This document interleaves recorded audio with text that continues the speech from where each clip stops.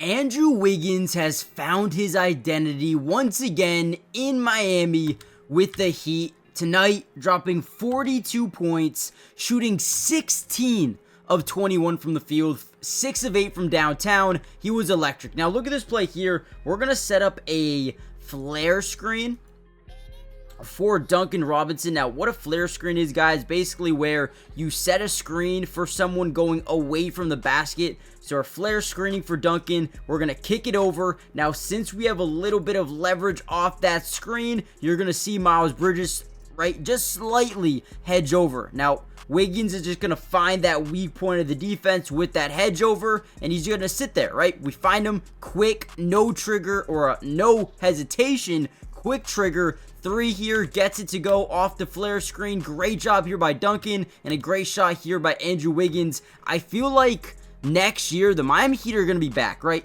Wiggins, Bam, Ware, Hero, finding some more chemistry, building more rapport. I feel like next year, this team is going to be right back to the playoffs, and I can't wait. So in this video, we're going to break down some film. I'm going to show you how he dropped 42. Before we dive in, if you want a part 2, comment down below, P2 in the comments down below. Hit the like button, and let's kind of dive into some film. All right, another really good read here by Andrew Wiggins. We're going to set up what you call a DHO. Now, this stands for a dribble handoff between Ware and Wiggins. Now, basically what this is essentially is when that big man is just going to hand it off to Wiggins and then set him a screen. Now, at this point, the main read is going to obviously be this defender, but we also want to see what this guy's doing. You see how there's zero step up? He's not stepping up. He's not running him off that three-point line. So he's giving Andrew Wiggins a lot of flexibility in terms of what he could do here. So as we set this screen, we're going to read this defender's trying to go under. We step back. He fights back over. And now we still have that lane. That big man does not move at all. So we know if we boom, jump up, stop on a dime, it's wide open. Nobody's here, no contest, just a good read, understanding where that big man is and what he's going to do on this play, and then finding that openness of the defense, getting an easy jumper, and getting it to go. So important. The Heat do win this game, and without Wiggins, I'm not sure they do. I know they've been terrible this year over the past month or so, but again, we're starting to see Andrew Wiggins just build that chemistry, and he's been playing well. All right, another great job here by Wiggins. Now, what would I be if I didn't show you some of the dimes he had today? 5 assists. I believe he was second in the team with assists, right behind Davion Mitchell. Now, right here in the post, we're already starting to see defense is starting to hedge 2 guys to him, at least show an extra body. They don't want him dominating that matchup down low in the post, so they send 2. But look at everyone on the defense. Everyone is so focused on what Andrew Wiggins is doing. He's drawing so much attention. When you have a defense that starts to really pay attention to one guy, that's when you start to see these slot cuts. Now, as Mark Williams starts to cover Andrew Wiggins, we get a slot cut here by Khalil Ware. And then, look at Wiggins. He gets more into the paint, forces that big to make a decision. Are you going to step up on me, or are you going to guard that rolling big to the basket? And once he makes his decision, throws up the lob, gets his teammate an easy bucket. Again, great job. He says, hey, okay, if you're going to cover Ware, I'm going to go get an easy bucket. If you're going to cover me, I'm going to throw it out to my teammate. How do you stop it? You don't. All right, another good play here by Miami. Tyler Hero this time driving into the lane, creating a hedge over here, creating a stagger from that strong side corner. Now, as Tyler Hero reaches that point of attack, he kicks it over to Wiggins. Now, Wiggins knows he's so elite at getting to the basket, drawing contact, getting to the free throw line, finding open teammates off the drive, that defenses tend to get really nervous here. And all he really has to do is jab, right? He's going to jab, right? Get that separation. And then once he gets that separation, pull up, right? It's wide open. No contest at all, right? You got a hand up, but didn't even try to jump up for this quick jump shot. Again, having that quick trigger from Wiggins in the corner, very deadly, and when he's on, it's tough to stop him. I mean, if he's hitting those type of shots, good luck. You're in for a long night.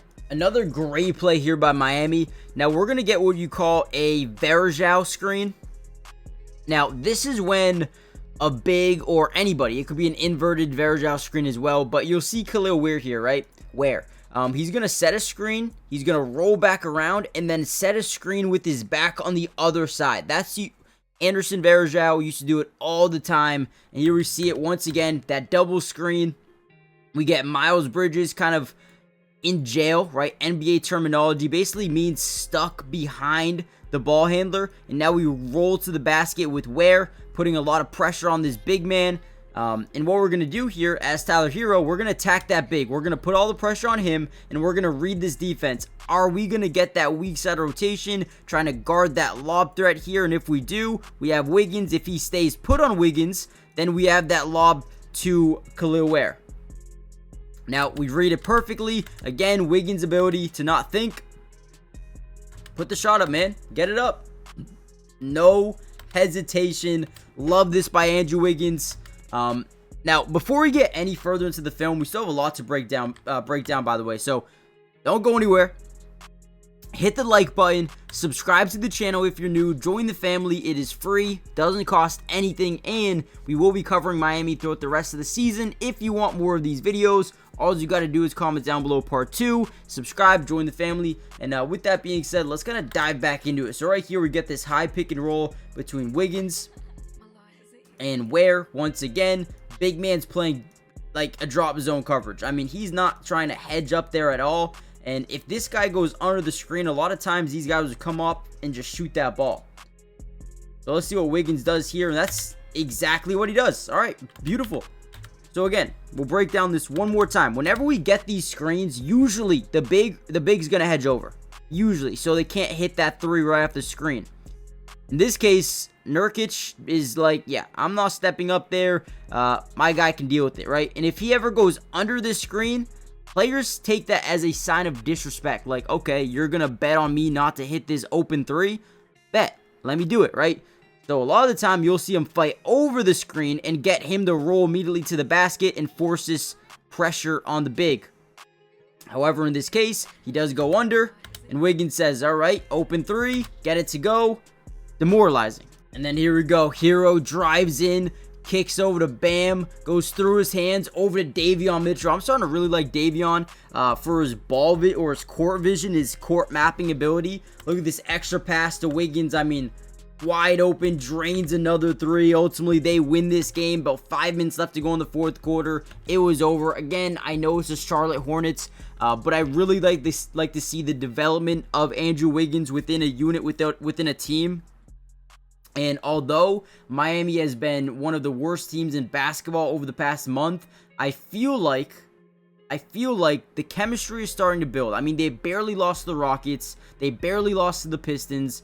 They got killed by the Knicks. I remember that. Killed by the Grizzlies.